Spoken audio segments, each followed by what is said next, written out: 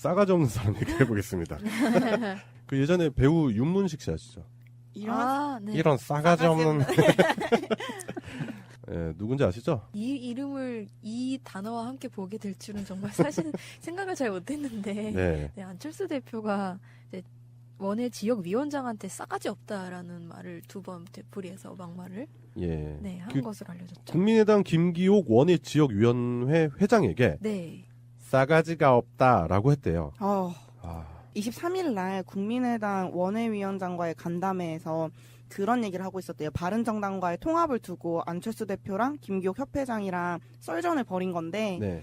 그 당연히 김기옥 협회장이 약간 안 이꼽게 본 거죠. 네. 통합하지 말자라는 식으로 얘기를 하다가 이게 막 설전이 길어지고 좀 격해지니까 나중에 끝나고 나서 안철수 대표한테 가서 죄송하다라고 얘기를 했더니 안철수 대표가 삿대질하면서 왜 싸가지 없게 말하는데 라고 아니야. 두 번을 왜 싸가지 없게 말하는데? 그렇게 얘기했겠죠?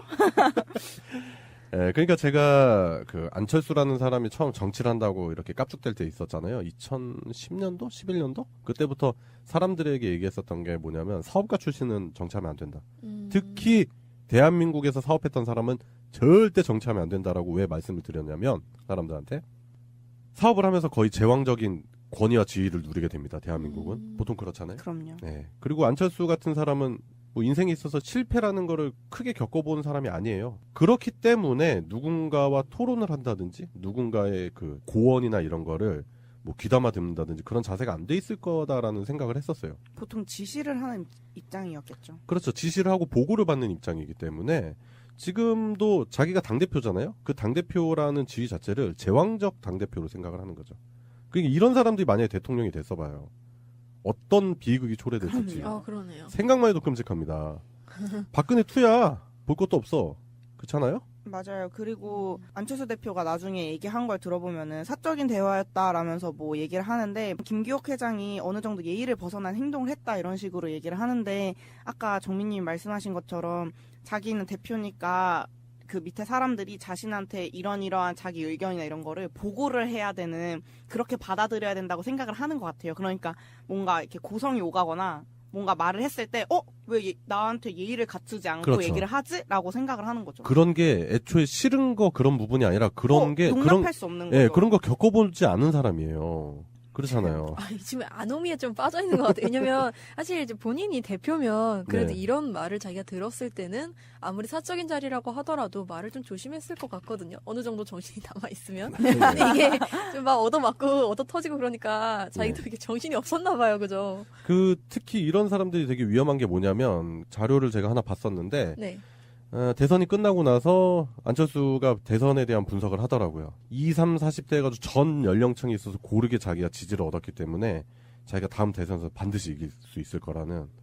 그러니까 자기는 나름대로 성공을 했다고 이런 식으로 그러니까 뭐라고 해야 될지 모르겠어요. 자기 안에 틀에 너무 갇혀있는 사람이죠. 그러네요. 예, 공감이 전혀 안 되는 거예요. 지금 국민의당 5% 지지율은 이건 당대표가 지금 진짜 분골 쇄신해서라도 어떻게든 끌어나가서 지지율을 10%대 이상으로 올려야 되는 그 국민의당 당원들이라든지 그런 사람들의 기대에 보답을 해야 되는데 지금 전혀 그런 노력 안 하고 지가 마치 대통령인 양 뭐 세계 돌아다니면서 대통령 놀이하고 앉았잖아요 지금. 그리고 국민의당 통합 문제에 대해서 다른 당원들이 반대한다면 다른 당원들이 만약에 반대한다면 그걸 설득을 해야 되는데 그거를 이제 반대하는 사람에게 그런 식으로 모욕을 하고 싸가지 없다라는 말을 하면 안 되죠. 그쵸. 예, 원외위원장한테.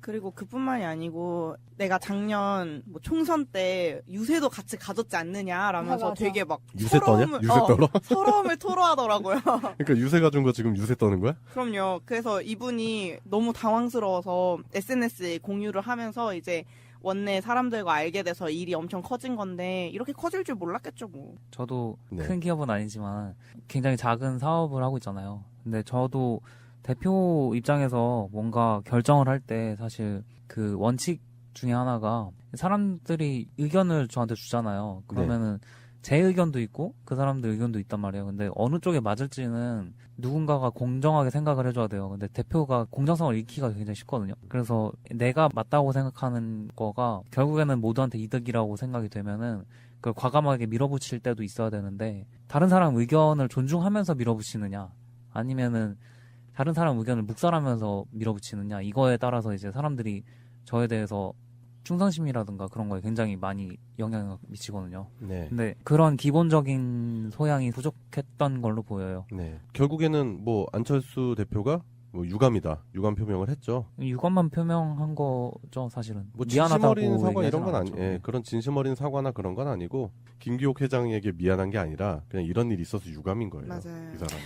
일본이 한번 우리한테 그러지 않았나요? 유감이라고. 그래도 우리가 유감에 대해서 별로 그렇게 기분 좋은 단어는 아니잖아요, 솔직히. 예, 그래요. 하여튼 떨어지는 당 지지율 그리고 다가오는 지방 선거.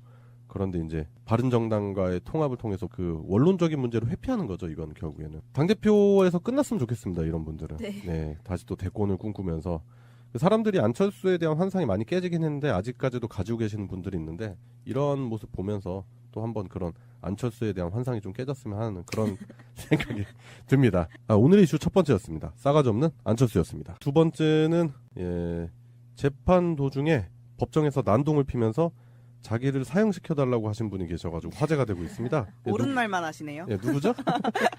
네, 또 순실이가 예. 또다시 소동을 일으켰는데 예, 최순실이죠. 최순실이 24일에 법정에서 난동을 부려가지고 재판이 중단이 됐어요. 네, 그렇습니다. 처음 법정에 들어오기 전부터 변호인한테 부탁해서 막 약을 좀 먹고 가야겠다. 네. 이러면서 뭐 이렇게 약을 또 먹고 갑자기 법정에서 있다가 갑자기 뭐 책상을 쾅쾅 두드리고 나 여기서 뭐 억울해서 못 살겠어. 빨리 사형시켜줘라고 광광 울었다는. 네. 예, 사형은 맞아요. 제가 봤을 때 형량은 사형 정도로 가야 되는 게 맞는데. 실제로 때릴 수 있는 건 무기징역밖에 안 되기 때문에. 그렇죠. 네. 예, 그리고 그렇게 곱게 안 죽이죠 우리가. 그럼요. 예. 그랬더니 기사 반응을 보니까 좀 재밌더라고요. 나열해 놓은 게 있었어요. 최순실 날 사형시켜 줘라 이렇게 돼 있고 네. 바로 옆에 네티즌 뭐 유병 장수하길 막 이렇게 있는 거예요. 너무 재밌더라고요.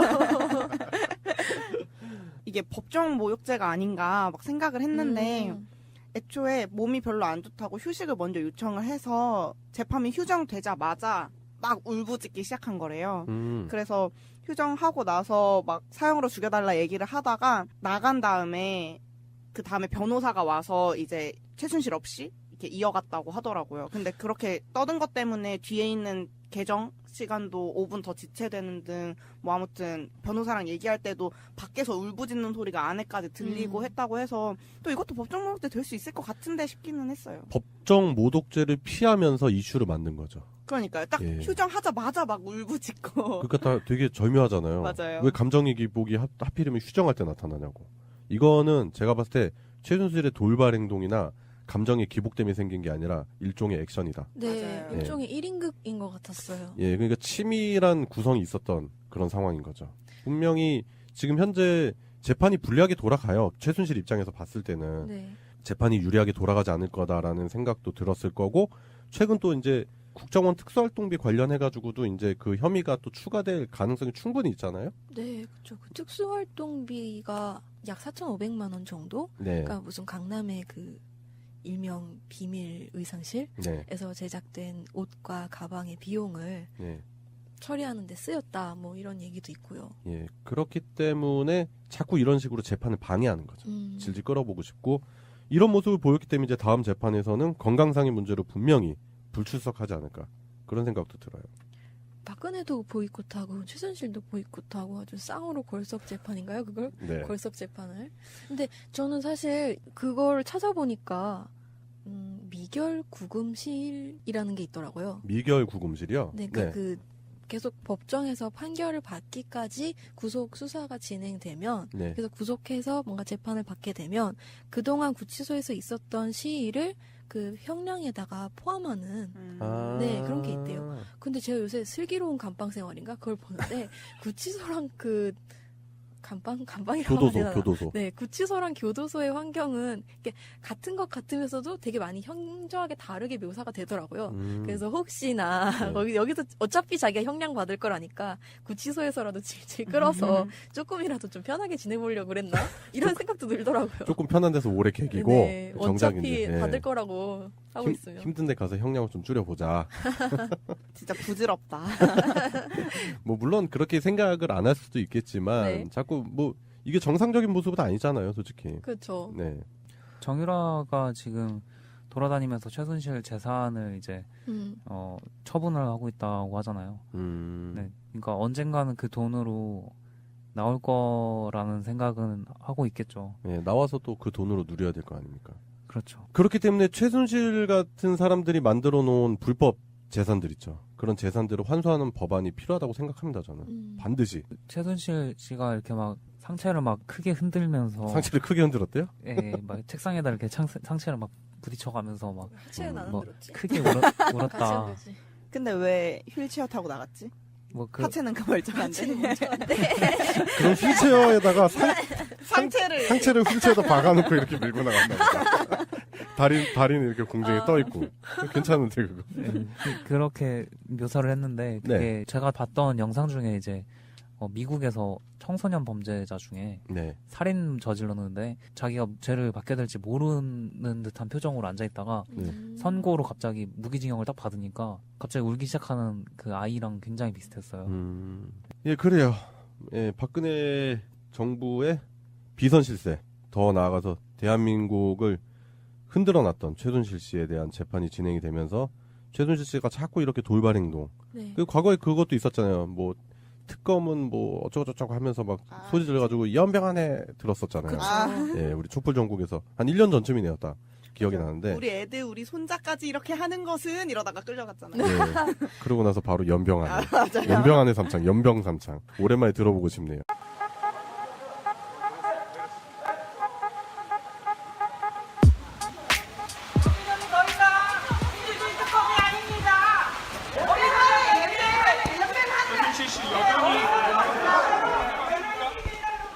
이 땅에서 죄를 지켜 살게 해야겠다는 게 자유민주주의 특검이 아닙니다. 그리고 박 대통령하고 모든 공정주의를 말씀하고 자대를 강요하고 있어요. 네? 이것은 너무 억울해요. 우리 애들까지 다 어린 손자까지 이렇게 하는 거는 진짜 연병하고 있네요. 분명하게 법리적으로 문제가 있다는 게 지금 밝혀진 상황이잖아요. 네. 근데 계속해서 이걸 정치적인 문제로 끌고 가서 네. 이게 계속 문제다. 나 지금 정치적으로 보복받고 있고 피해당하고 있다라고 프레임을 밖으로 끌고 가는 것 자체가 사실은 최순실한테 전 좀 불리하게 작용할 거라고 생각이 들어요. 네. 사실 박근혜 대통령 박근혜 뭐라고 한 거야 지금? 네. 박근혜가 이제 크게 실수할 뻔했어. 그러니까요. 이거는 송병구한테 우병우라고 하는 것보다 더 큰 실수야. 오늘 실수 많이 하네. 네. 박근혜한테 이제 변호인단이 사임을 하겠다고 했었잖아요. 그때 네. 당시에도 뭔가 구속영장을 다시 발부해서 구속을 연장하는 것 자체가 뭐 이거는 받아들일 수 없다라면서 또 한 번 법리적인 문제를 가지고 정치적으로도 바깥으로 빼버리려고 한 거잖아요. 네. 그러다 결국에는 국선 변호사 5명이 선임이 됐고 지금 이제 다 거의 검토가 완료가 됐다 이러고 되어 있는데 사실 돌아가는 전국을 보면은 그런 시도들 자체가 그렇게 유리하게 작용할 것 같진 않아요. 네, 이번 영국도 그냥 힘만 뺐지 않았나 이런 생각도 들고요. 근데 저는 한편으로 또 연관지어서 생각해 볼 수 있는 게 최경환 얘기를 한번 해보고 싶어요. 그러니까 최경환이 그 자유한국당에서 자기가 재판에 불출석하겠다. 재판을 받을 수 없다. 도와달라. 뭐 이런 식으로 호소를 했고 그거에 화답하듯이 정우택이 특수활동비 관련돼서는 우리가 수사를 받을 거면 뭐 과거 노무현 정부, 김대중 정부도 같이 특검으로 수사를 하지 않으면 우리도 받을 수 없다. 이런 식으로 입장 표명을 한 거죠. 그러니까 최순실도 최근에 혐의가 추가될 게 결국엔 특수활동비 관련한 거잖아요. 그렇죠. 최경환도 특수활동비가 걸려 있는 거죠. 근데 특수활동비 파다 보면 그러니까 자유한국당 내에도 자유롭지 못한 사람들이 분명히 있을 거란 말이에요. 그렇기 때문에 지금 이게 총체적으로 특수활동비에 관련된 수사에 대해서 전면적으로 우리가 모르는 그 커넥션들을 통해서 연합전선을 이루고 반격하려고 하는 그런 모습을 취하는 것 같아요. 그러네요. 근데 왜 노무현 정부, 김대중 정부만 언급하고 이명박 정부는 패싱하는 걸까요? 그리고 노무현 정부, 김대중 정부 때 관련된 거는 이미 다 그런 정황이 없고 다 사실 무근이다라는 게 이미 다 거의 다 소명이 돼 있습니다. 그런데 자꾸 이렇게 물타기를 하는 거죠, 이 사람들. 예, 그래요. 최순실이 단순히 그냥 자신의 감정의 기복에 의해서 법정에서 난동을 부렸을 거라는 생각은 전혀 안 합니다. 분명히 여기에는 분명히 계산된 꼼수가 있을 거라는 생각이 들었고요. 최근에 있었던 여러 가지 사건들을 한번 연관지어가지고 정황을 한번 분석해봤는데 이 사람들은 곱게 죽이면 안 되죠. 그리고 유병 장수 시켜야죠. 예, 교도소에서 그러니까 형량을 계속 추가시켜가지고 진짜 이런 사람들은 사회적으로부터 격리시켜야 될 것 같고 예, 관련해서 뭐 최경환이 뭐 재판에 불출석한다고 하는데 제가 봤을 땐 조만간 심판의 날이 머지 않았을 것 같다 그런 생각이 듭니다. 예, 그래요. 법정에서 난동을 핀 무의미한 인간에 대한 이야기를 해봤습니다.